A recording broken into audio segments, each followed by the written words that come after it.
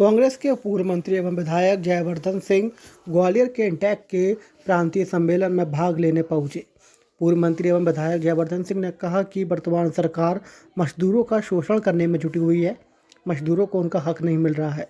ठेकेदार मुनाफा कमा रहे हैं। 20 साल में भाजपा के राज में हमारे प्रदेश में एक भी नया उद्योग स्थापित नहीं हुआ है। हमको एक एक ऐसे नौजवान की हक के लिए लड़ाई लड़नी पड़ेगी जो आउटसोर्स पर काम कर रहा है। इन्हीं सब मुद्दों को लेकर इंटेक के प्रांतीय सम्मेलन में चर्चा की जाएगी। वहीं बीजेपी के मंत्री द्वारा रेत माफिया को पेट माफिया कहे जाने पर जयवर्धन सिंह ने कहा कि मंत्री के परिक्षेत्र के लोग अवैध उत्खनन करते पकड़े गए हैं, इसलिए संभवत उन्होंने पेट माफिया कहा है। जयवर्धन सिंह बीजेपी में गुटबाजी को लेकर बीजेपी पर कटाक्ष करते हुए कहा कि इस समय भाजपा में दो गुट हैं, पुरानी भाजपा और नई भाजपा। उन्होंने कांग्रेस छोड़कर गई बीजेपी में गए नेताओं पर कटाक्ष करते हुए कहा है कि बीजेपी में एडजस्ट नहीं हो पा रहे हैं, क्योंकि जिस तरह से जयपुर चुनाव में एक पक्ष ने प्रचार किया था, दूसरा पक्ष वहां पर था ही नहीं। हम जब ग्वालियर के विकास के बारे में बात कर रहे हैं तो बड़े आश्चर्य की बात है कि ऐसे अद्भुत मंत्री हैं ग्वालियर में जो स्वयं विकास नहीं कर पा रहे हैं, दूसरों को विकास करने के लिए बुला रहे हैं। जयवर्धन सिंह ने कहा कि आप काम नहीं कर पा रहे हो तो मंत्री क्यों बने हो।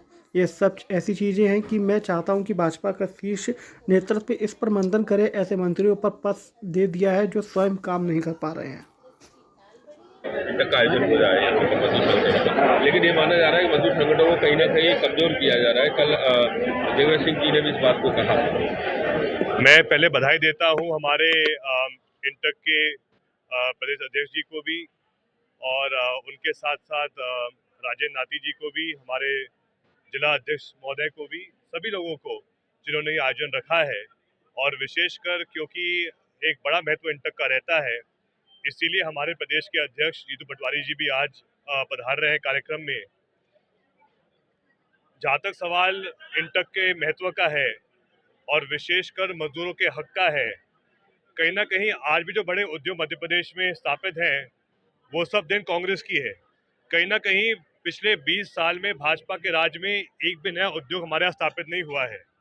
इसीलिए नौबत आई है कि भाजपा के मुख्यमंत्री को कहना पड़ रहा है कि अब जो युवा जिनके पास रोजगार नहीं है उनको बेरोजगार नहीं, आकांक्षी युवा कहलाए जाएंगे। मतलब आप सोचिए कैसी इनकी हल्की और छोटी सोच है।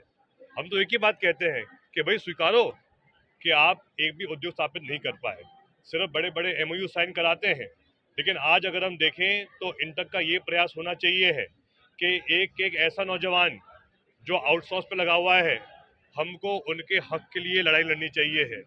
अनेकों ऐसे लोग हैं जिनको वेतन मिलनी चाहिए है 10 गुना 5 गुना ज़्यादा, लेकिन सरकार उनका शोषण कर रही है आउटसोर्स के माध्यम से। ऐसे युवाओं के हक के बारे में भी हम आज यहाँ चर्चा करेंगे, इसकी रणनीति बनाएंगे और प्रदेश अध्यक्ष जीतू पटवारी जी के साथ मिलकर आगे हम कैसे हर एक वर्ग, कोई भी विभाग में हो, चाहे कोई उद्योग में कार्यरत हो, चाहे माइनिंग डिपार्टमेंट में कहीं मजदूरी कर रहा हो, या फिर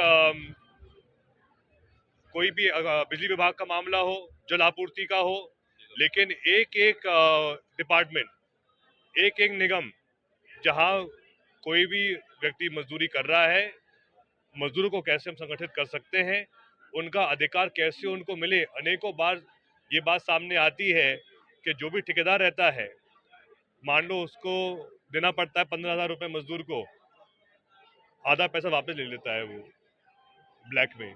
ऐसे अनेक प्रथाएं चल रही हैं जिनको हमें रोकना चाहिए है। इन सब मुद्दों को लेकर आज हम इंटक के इस विशेष वार्षिक उत्सव पे आज हम मंथन करेंगे। आज गुड़ी पड़वा का पावन पर्व भी है, शुरुआत है चैत्र नवरात्रि की।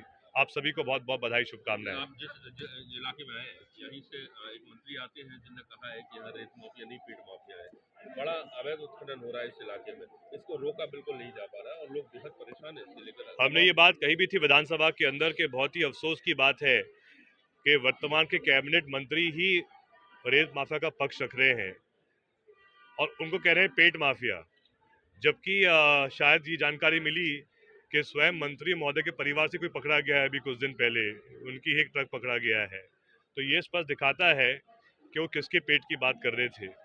लेकिन बात यही है कि आज अगर अवैध रेत खनन चलते रहेगा और भाजपा के मंत्री ही उनको संरक्षण देंगे तो एक प्रकार से जो